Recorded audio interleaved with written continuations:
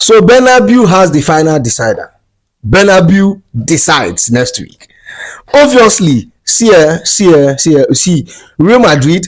My God, man, there's a reason why they are the best team in the world. Genuinely, they are the best team in the world. I think Real Madrid are the underdog in this game. If you look at the backline, they have two central midfielders in the backline. Asensio and Tchouameni. Even Ceballos. Ceballos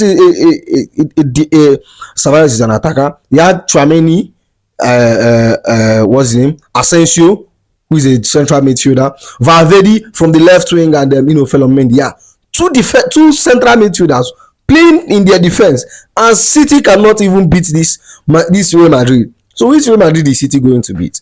If you cannot beat a Madrid that is depleted by injury, which Real Madrid is City going to beat? Actually, this is a fun-packed match because obviously in the first half, Madrid started very, very nicely. They started very, very nicely, attacking Manchester City, had some few chances, had a penalty which was ruled an offside, they even missed a one-on-one. It looked like a one-on-one, yeah, but they had a lot of chances.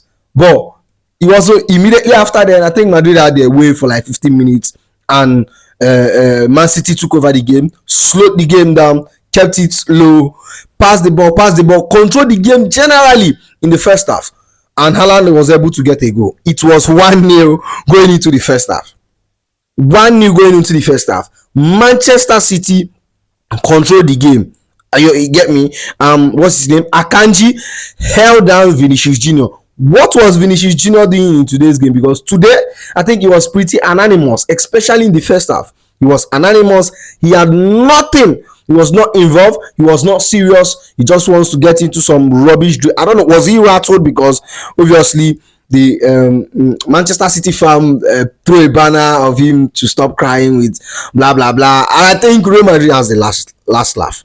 Real Madrid has the last laugh. Like, I went into this match, I was like, it was looking like Real Madrid were, the underdog, because if you look Manchester City, they have they have a lot of their key players back. Their starting 11, De Bruyne, John Stones, they have their majority of their players, apart from Rodri, majority of their players were there. And obviously in the second half, I think in the first half, some of the players started picking injury, like Jack Grealish picked up an injury, Manu Akanji picked up an injury, and I think Manu Akanji was holding down Vinicius Junior in that left wing position. He was holding him down very, very, very, very good. But that wasn't for long because Rico Lewis came in. What's his name? Rico Lewis and Phil Foden came in. You get me? And then in the second half, obviously, Madrid has a free kick. I think Ceballos kicked it. Free kick. That was a very rubbish goal because even Mbappe, the goal didn't really, really look convincing. And if you remember when they scored the goal, if you watch the match, him and I think Bellingham and Vinicius, they're all laughing because that was a very, very funny goal. The body didn't look like it was going in. Mbappe didn't really kick it convincingly, and it was 1-1. And Real Madrid looks like they are back in the game. Came in, had some few attempts. Manchester City takes it again. Play, and Ceballos, injured. Sorry, not injured. Fouled. What's his name? Phil Foden in their 18-yard box, and Man City was given a penalty, which Haaland slots in, making it 2-1. At that point, I think the match was over, but Madrid was like, hold that. Brian Diaz came in, spillage, he collected the spillage, 2-2. I was like, okay, maybe we'll go into Bernabéu, and it's 2-2, and Bernabéu decides, in this there's no more go away goal advantage. There's nothing like that again, so you have to win someone with at least a 1-goal margin or something like that before you could qualify. And behold, that minute, what? Oh my goodness, man! Like, I don't know what all these modern coaches. I don't know the obsession with highline, because the concept of highline doesn't really make sense to me. You get me? And I think that was somehow. I thought Real Madrid would have exploited that highline because they have pacey wingers. Vinicius Junior. Mbappe, Rodrigo, who is fast as well. They have pacey wingers. See, and they are see. I expected them to exploit the line, which they didn't really go for. You get me?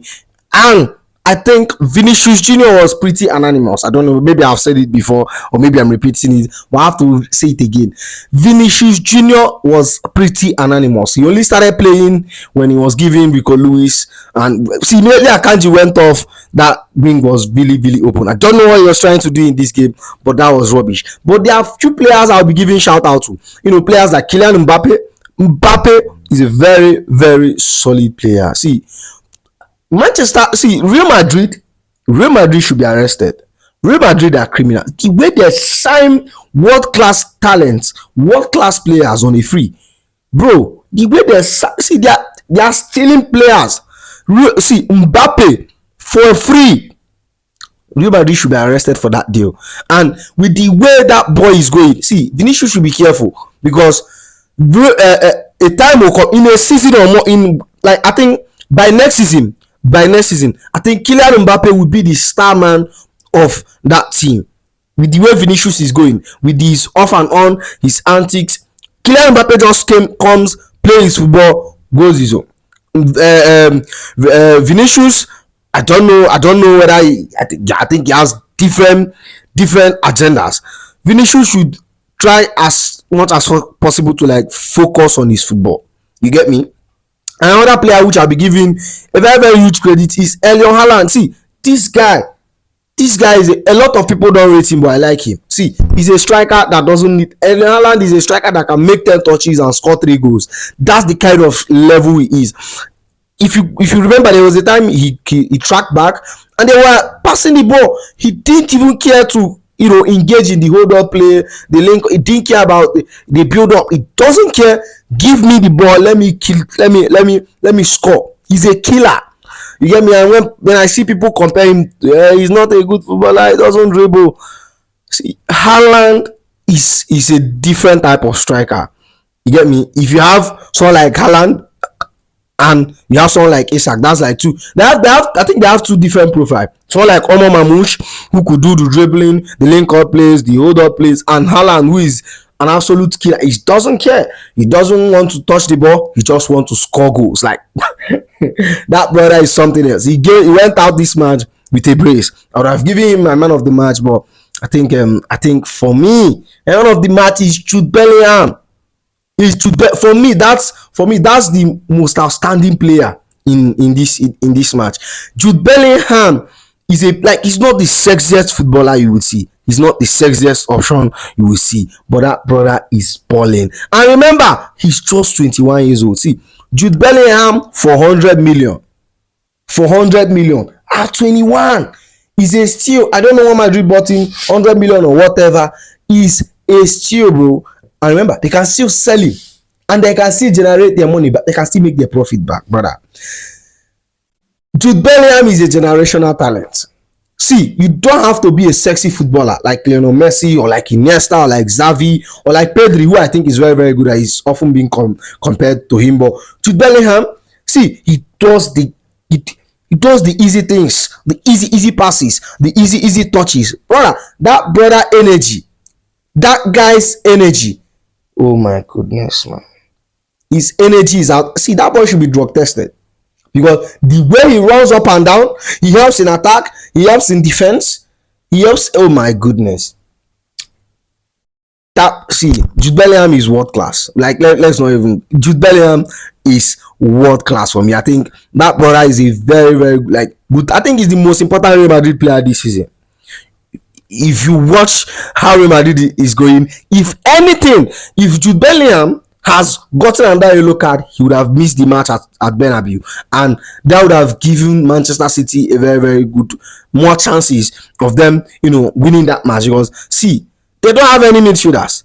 Federico Valverde plays for them as right back, which I don't even think he should be playing. If Valverde was in that midfield, I think he would have been a different ball game, a different story. But like the way injury has depleted this Real Madrid squad, and I don't know, maybe it's the arrogance why they don't want to get backup in the January or something. Like, it doesn't really make sense to me. You have injuries and you still went through the January market and you didn't sign any player, and you closed before the transfer market closed. Real Madrid announced that they're not going to do any business.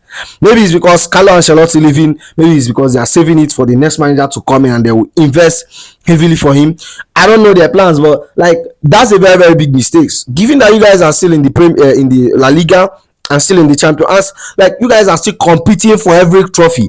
It doesn't make sense to me. I think you should have gone for a quick fix. Obviously they bidded for what's his name, Trent, which Liverpool rejected, which I think might be coming to them by summer, obviously.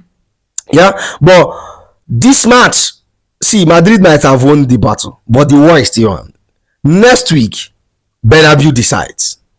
Yeah, so that's the video. Make sure you like, comment, and subscribe, and I'll see you in the next one. You go be.